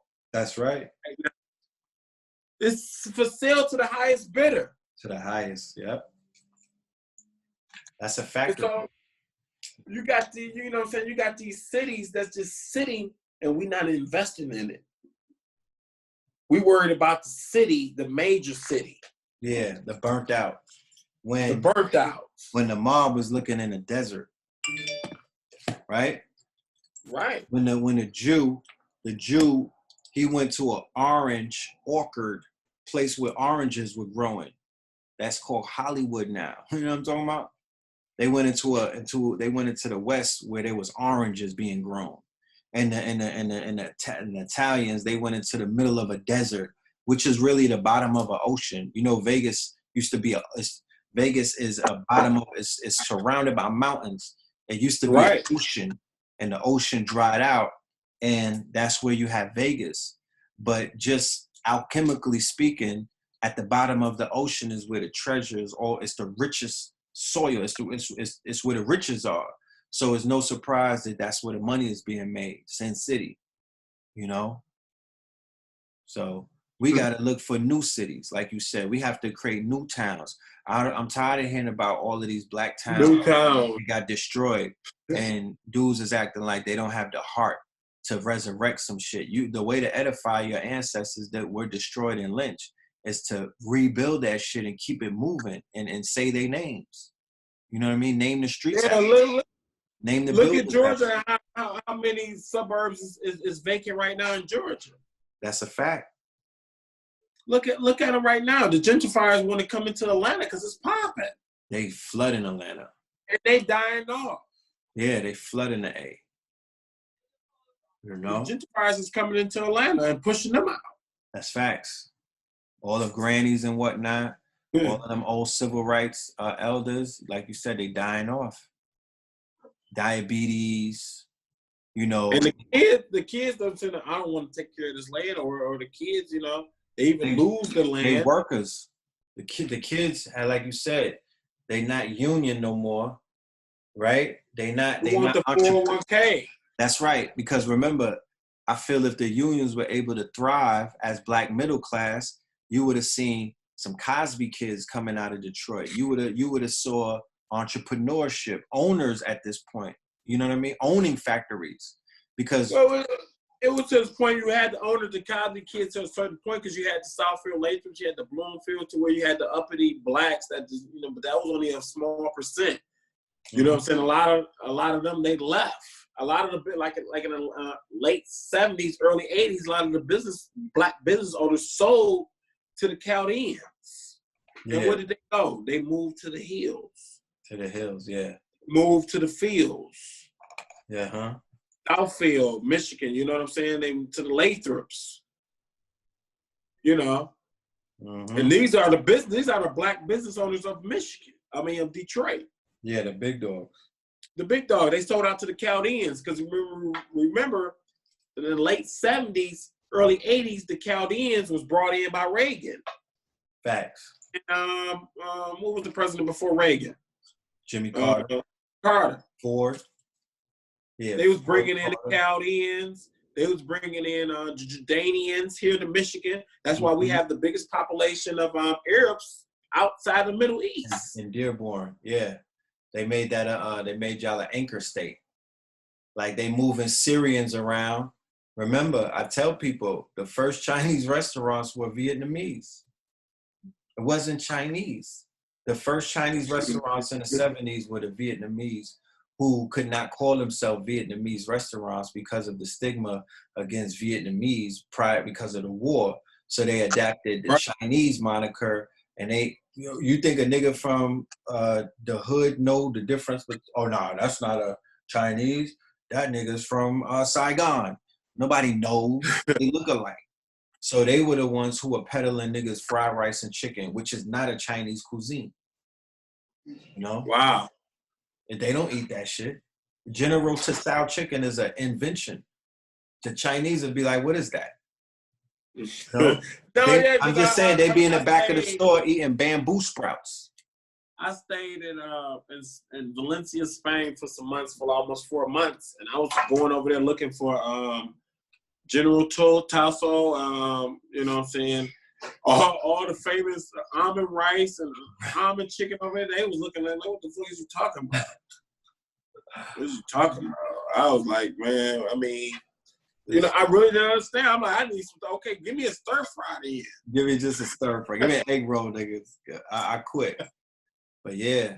You know and it's the same as if you travel to the border of San Diego or inside Mexico, ain't no Taco Tuesdays. They on tortillas, shit like that. They look at you like Taco Tuesdays, man. You don't do that. That's some American shit. That's LeBron. So you going down there thinking it's Taco Tuesdays and LeBron trying to pattern like that shit is popular shit. You can go down there Taco Tuesday in Mexico and see if this shit pop. Yeah, it's not popping. When I went to Mexico, the niggas came on the bus with the tortillas. Like, yo, who wants some? Freshly off the pot. They was like, look. That's what they was doing, pressing that corn up, Yeah, so, it's been a great build. So, man, it's good building with you, man. Red Pill, like I said, man, TruthTalkNation, man, Red Pill. This is going to bring more people to us. KT. That's right. This will bring more people, though, to the table. I got to get back to KT, the Arch Degree, and Minister Inky, and just kind of pick their brains, because I know that they were out there for a few years. And I really didn't, I wasn't really chopping it up about getting land and snatching up these buildings and whatnot with them, because I know that they were doing a health thing and, establishing themselves. But, I really want to come back with them per se, particularly because of, the blood, sweat, and tears that they put in on that land. And we need to really begin to beat on the drums about strict ownership. And I'm saying not just to talk about it. We want to show people that we have land and what we're doing to cultivate and, and show them those numbers, especially when it comes to the hemp cultivation. You dig? And I believe y'all it's not medical. They passed the whole marijuana thing out there, right? Did that happen? Right, but it's complicated. Michigan, it's complicated here. You know what I'm saying? Because you got your medical laws, you get the recreational, but it's most counties and most cities in Michigan don't want recreational. Yeah. Well, and that's why. But it's bad. Walk around with it. I know they don't want people blowing in the streets. They just passed something, I believe, where the feds won't intervene with hemp money. So that was a victory that just happened about a week or two ago. You dig? That's why I would say I'm going with that route. The weed thing, that shit is real funny these days, especially with the government involved. Because they don't want you selling nothing that's real. They're gonna be selling designer weed all day. So my focus is on CBD and that hemp.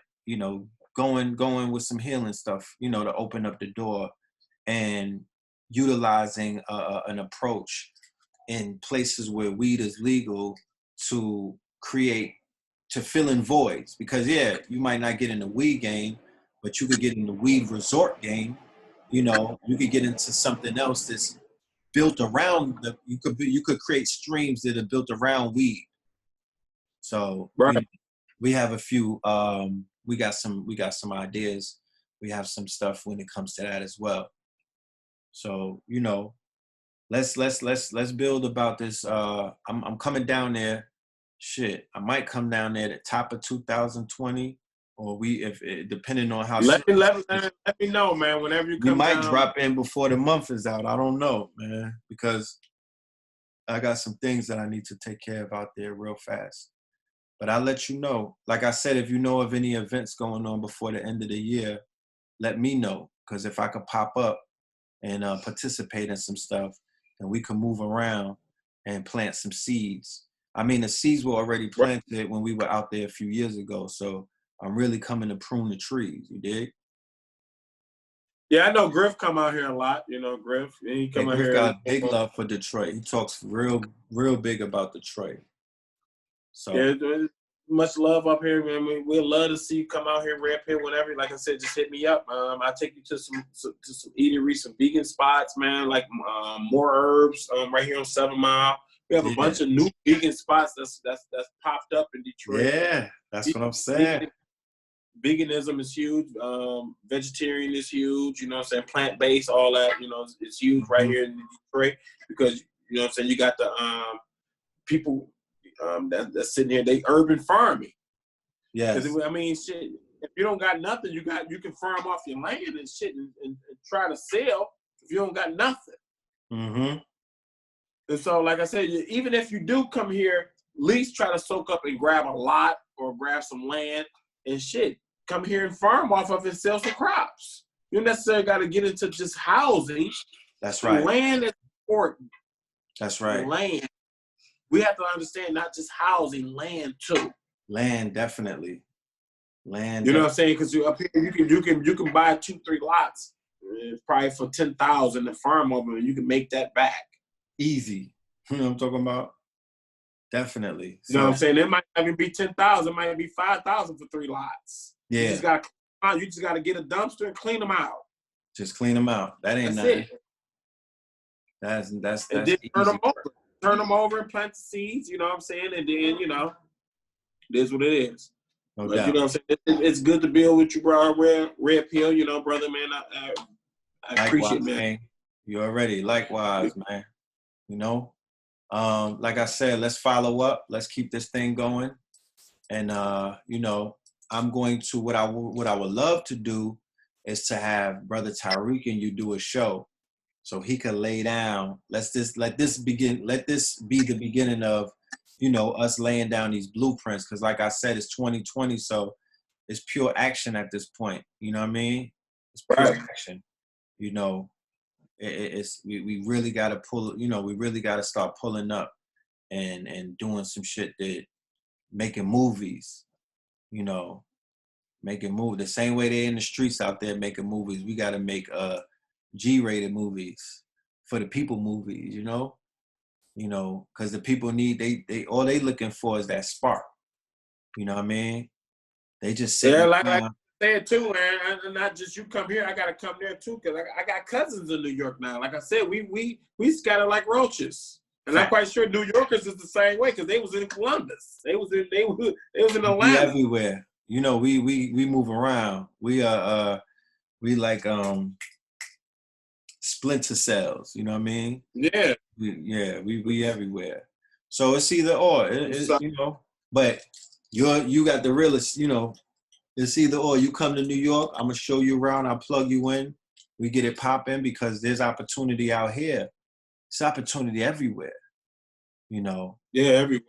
But Detroit just been ringing a lot to me. You know, so it's the ancestors calling. So I'm coming. I'll be there. Yeah, I love to come out there to that marketplace, you know what I'm saying, and get some, you know what I'm saying, visit that, you know what I'm saying, because I know my wife is she's into like designer shit and buying merchandise, and she's into clothing and fabric. I'm gonna send you some pictures when we get off, because we got the Vietnam plug. Okay, you know what I'm saying, let me know. Like I said, man, hit me up. Like I said, man, it was great building with you, Red Pill. Like I said, this is TruthTalkNation, man. I wish my man T Mel would like to see. Shout out to my other man, T Mizzle the Great. You know what I'm saying? Yeah, T Mizzle. We do huge stuff here in Detroit. We do book bags. We buy shoes for the.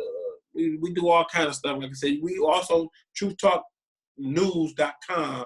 You can go in there and you can see pretty much everything we do. Definitely. You know, TruthTalkNews.com. TruthTalkNews.com, no doubt. KTLmedia.com is on its way. 2020, we're going to be launching KTL Media. That's going to be a hub, a one-stop hub for all of us, Red Pill, Blue Pill, KT the Arch Degree, Mama Pill. Facts2020.org.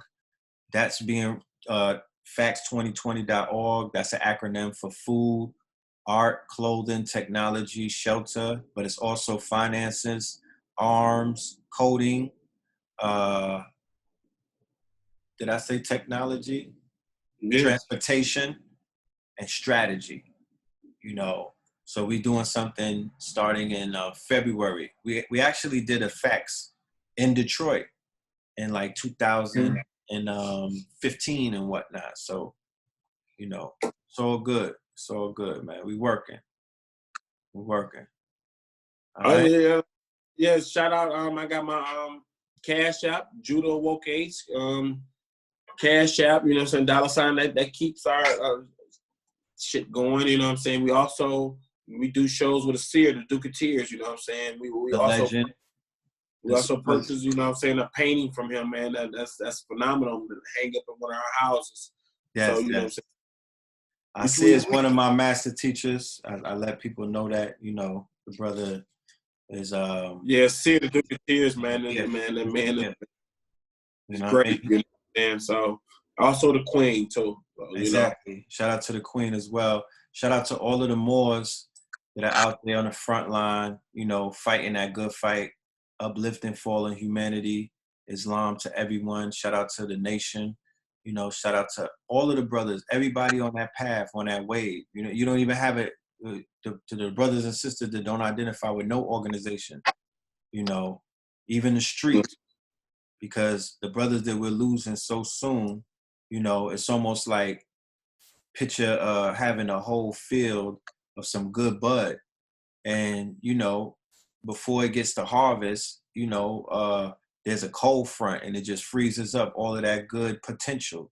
And that's what we see, you know, when we losing our brothers and sisters to the system, to the streets, to the drug game, you know, all of these things, like the brother Juice World, to the drugs and all of this shit. Like these brothers, I'm not here to judge nobody in their 20s. I'm not here to judge nobody in their 18 and their teenager years. That's real lame because we all were struggling with our identity and trying to figure this shit out. So I look at them, when I look at them, I try to envision them at 35 and 40. You know, well seasoned with a mind, you know, where their pineal is activated. It takes time. So we got to be patient with our brothers and our sisters that are out here struggling with poverty-minded consciousness and show them. Because I don't be on the corner preaching. I'm not a soapbox preacher. I rather just show up, you know what I mean? And and let them see it, you know what I mean? So it is what it is, man. I would like to say shout out too, man. We got a bunch of activist groups that's here. We got 7 Mile Radio. I would like to say shout out to my man Mark from 7 Mile Radio. Like I said, I'm gonna show some pictures. These is people that people might not know. You got New Era Detroit. Shout out to New Era Detroit legends. Yeah, you got New Era Detroit. You also got the People's Action. Shout out to the People's Action. Yes. Yeah, we're ruining them. So you know what I'm saying? These is activists that's in our community that's doing tons. Like the People's Action was the other day talking about it was on the corners in Detroit talking about the human trafficking, the child trafficking, because you got white vans right here snatching up kids right now. It's an epidemic right now. You know what I'm saying? You got kids being snatched up, and you got women being trafficked. Here, and over 40,000 women in Michigan alone per year is trafficked in Michigan. So it's big here. So you know what I'm saying? Like I said, I just try to put all that organ harvest, all that. You know what I'm saying? It's going on. Child snatching. That's slavery. Sex trafficking, slavery. That's slavery.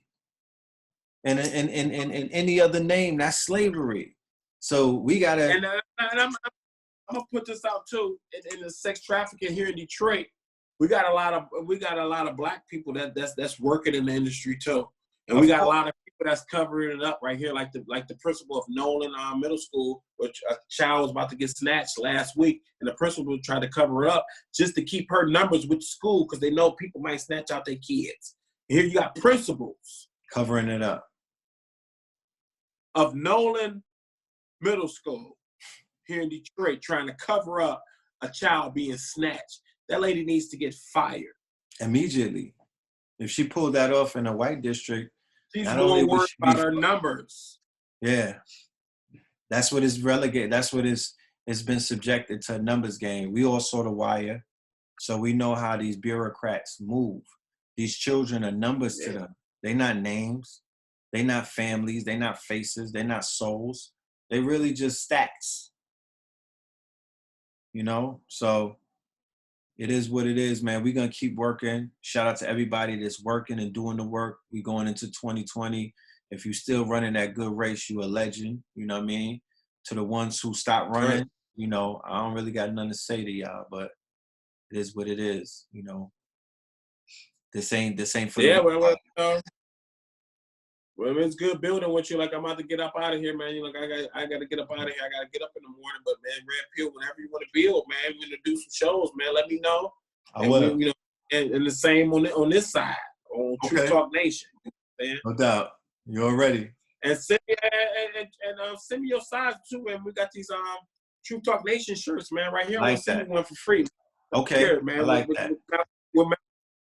No doubt. Looking out just text me, man. I'll send you and I'll send you a Garvey piece. You know what I mean? So you could definitely, you know, cloak yourself in the fabric. All right. Yeah, I purchased. I think I purchased one of your hoodies. Man. I wear that mug all the time. All the time. I think it's right here. Man. And everybody be asking me. They like, and people are all excellent Christmas. It's excellent Christmas colors, you know. Yeah, well, ain't no Christmas, man. Ain't no Christmas I just sent a whole box, about 40 pieces to Atlanta, to U.A.W. It's a spot in West End. Shout out to U.A.W., one of the first, a sister, a melanated Mobite. She owns the store. She owns property. She's doing her thing. She got about 3 properties out there. Sister got 5 children, and they all work in the business, all homeschooled. You know, she's about that life. So I would love to build with any stores in the D who clothe our brothers and sisters in the community and get to wholesaling with them. That's what I'm saying. These are the building blocks that it's going to take for us to get back on our feet. You know, I'm really looking forward to opening up a factory in Detroit, a manufacturing. I'll go down there and show the family the machines that we need and show them how to set it up. So whereas children, young ones, brothers and sisters coming home from the pen to create these items, these clothing items, you don't have to be a genius. The machines do most of the work. So this is my goal. This is what I want to do. I want to have it to where the machines don't go off. They run in 24 hours. and we tap into Vietnam, we tapping in, even in Africa. Africa has a manufacturing hub being built up by China now. So in Ghana, it's not even no Chinese got their hands on none of that. It's all Ghanaians, all Africans kicking out mud cloth, wax shirts, kente, all of these ill fabrics. So I want to build that bridge, you know what I mean? Because the bridge is what's gonna help us cross over into this utopia that we all be dreaming about. I know I be jumping out of my sleep. I see the kingdom, you know what I mean? Like I see us in a better place. So I'm just eager to get there, and it ain't gonna happen by myself. So, it's gonna take all of us, all hands on deck, you know what I mean? And it don't gotta be 100 million of us either. It could be 10 solid ones. It could be 10 of us that's solid. They have our feet planted, and we could make moves that'll make it look like it's 100 of us moving, So right. Well, that's good. Everybody, saying is having these platforms because we can get together and network. You know what I'm saying? And we necessarily got to be in the same cities, but we can network. We got and, when we do go to them cities, we can at least, get some insight. That's a fact. Because the insight that you just shared with me just today about the unions, about the, you brought me into the mind of Detroit. The state, remember, every state, the state of New York, that's the state of mind of New York. The state of Detroit, that's your mind state. The minute you drive outside of Detroit state lines, the mind state changes. Even as you go through different towns, you go from Highland, it's a different state of mind. So you brought me into the state of mind of the D, you know what I mean? And that's wealthy, you know what I'm saying? Information is wealthy. So now I have a better vision of the plight. I have a better vision of what it may take to reverse the plight. I'm going to do even deeper research into the unions, union busters, because in New York, I was watching a podcast.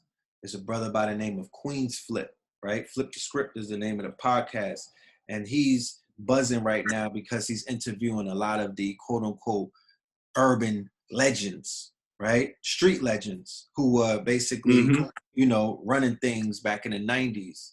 So one of the brothers just came home from doing like 18 and he was giving the game on how he's basically coming up. And he's saying that he's a coalition buster,